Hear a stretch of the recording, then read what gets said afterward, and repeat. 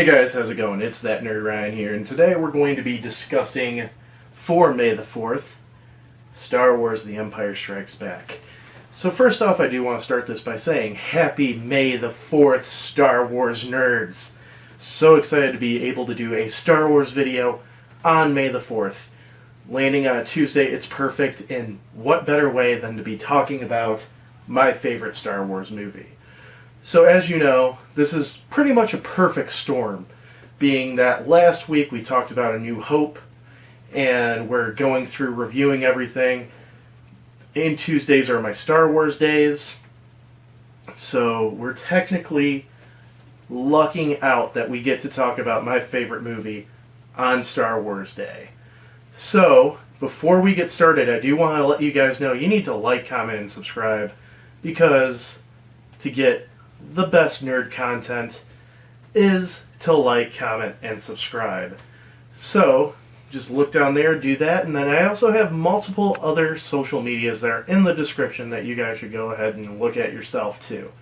So, with that house cleaning out of the way, let's get into the video. Alright, so, if you guys watched my ranking all of Star Wars, which card up here, you notice that this is my favorite Star Wars movie. I gave it a 16 out of 16 when it came to all Star Wars property that was visual media. So, why is it my favorite movie?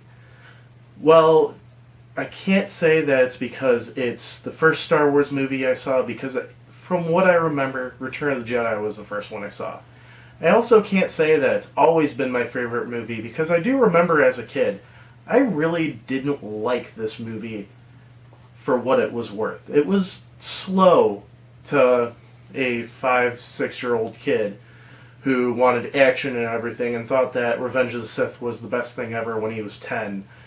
But getting into Star Wars at 20 and really delving into the rabbit hole on it and rewatching everything made me realize that Empire Strikes Back is truly my favorite movie out of all of Star Wars.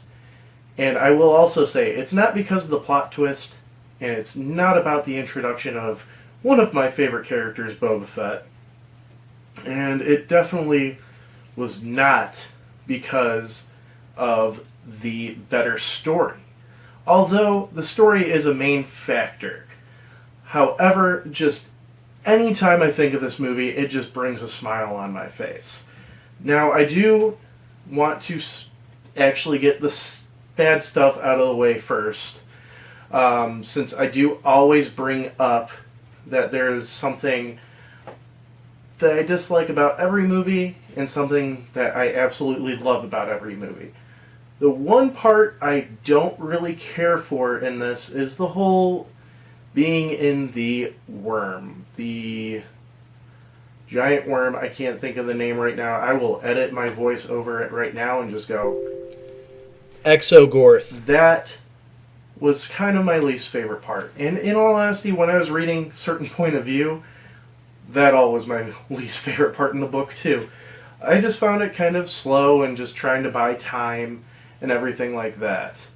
However, my favorite scene in the entire movie is the Battle of Hoth. I know that when I was a kid, you guys probably didn't know this, but when I was a kid, I didn't really like the Battle of Hoth. That was actually the main reason why I didn't like the movie as a kid. I felt like it was kind of dinky and a little slow of a fight and everything like that, but now looking back, it really sets the tone of the movie. The rebellion is crushed, and there is almost no hope for them to come back from it. But we still have to follow our main characters to the story, and this is by far one of the darkest chapters in the entire Star Wars saga. Probably next to The Last Jedi, which is honestly a very dark movie, given all the funny and weird scenes in it. It is still a dark movie.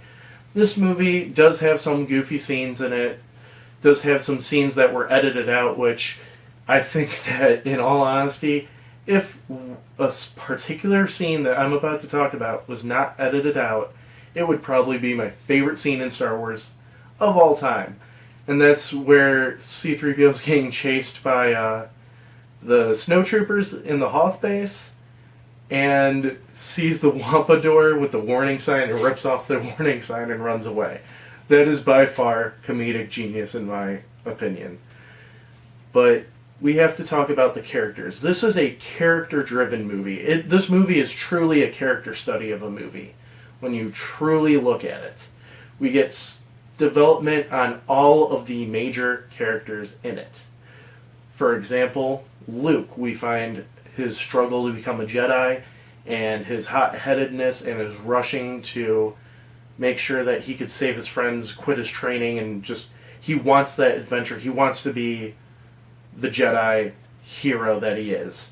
Then we have Leia, who we're finally seeing show feelings for Han, and we have Han, who we start seeing that he's not a scoundrel, he's a loyal hero, a loyal friend, and he's just had bad experiences in life, which leads for him to get frozen in carbonite. Then we have Vader, who we could tell, if you've never seen the movie before, you could tell something's up with him and he is struggling with something. And then we find out it's because he is Luke's father, which is a very big, major character development. We also are introduced to the Emperor. We are introduced to Yoda. We are introduced to Boba Fett, who in the movies did not get the screen time he deserved. And why I say that Boba Fett is not one of the major reasons why I love this movie and why he's jumped up as one of my favorite characters almost as much as his father is truly because of the Mandalorian. So I don't count Boba Fett in this movie as being a reason for me to love it. However, new characters that I loved in it, definitely Lando, definitely Yoda. Boba Fett looked cool, but again, wasn't my favorite in the movie. And still was very disappointing with the next movie that we're going to talk about. However, this movie is very self-contained in a galaxy perspective. I always like looking at these movies and seeing where they would rank on a galactic perspective, and I'm probably going to be making a video about that in the near future when we're done talking about the movies. However, little glimpse into this, if you really think it, the only thing that had galactic implications was the Battle of Hoth. Everything else was very self-contained to our heroes and to Darth Vader. And basically to Boba Fett too, but that's besides the point.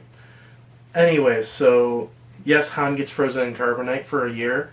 However, the rebellion was able to rebuild without him by the time of episode 6. And we're figuring that out on how that happened in the comics. And Luke loses a hand, but he's still a Jedi Master at the end of the day. Which, again, it's more character-driven, which also makes it more contained. Which is also why I think Empire Strikes Back is the second best standalone movie in the entire saga, because A New Hope was made to kind of be self-contained, to be safe, to if they never made any sequels, but Empire, you can basically throw it on to somebody that's never seen Star Wars before, and they'll still understand what's going on. And that's why it's been such a well-written story and such a character-driven story. So that's how we're going to talk about today for Empire Strikes Back. I hope you guys liked the video. Please leave in the comments what you think of Empire Strikes Back. Tell me if you think I'm wrong. Tell me if you think I'm right. And make sure you guys like and subscribe and ring that bell down there. Also, make sure you follow me on all the other social media platforms. I really don't like that light. This is the second time that this light's knocked out. I'm just going to keep going because we're almost done. So make sure you guys like, comment, subscribe, and follow me on Instagram, Twitter, Facebook, TikTok, and Twitch. So thank you guys for watching. Remember, we are all Jedi Masters on the inside.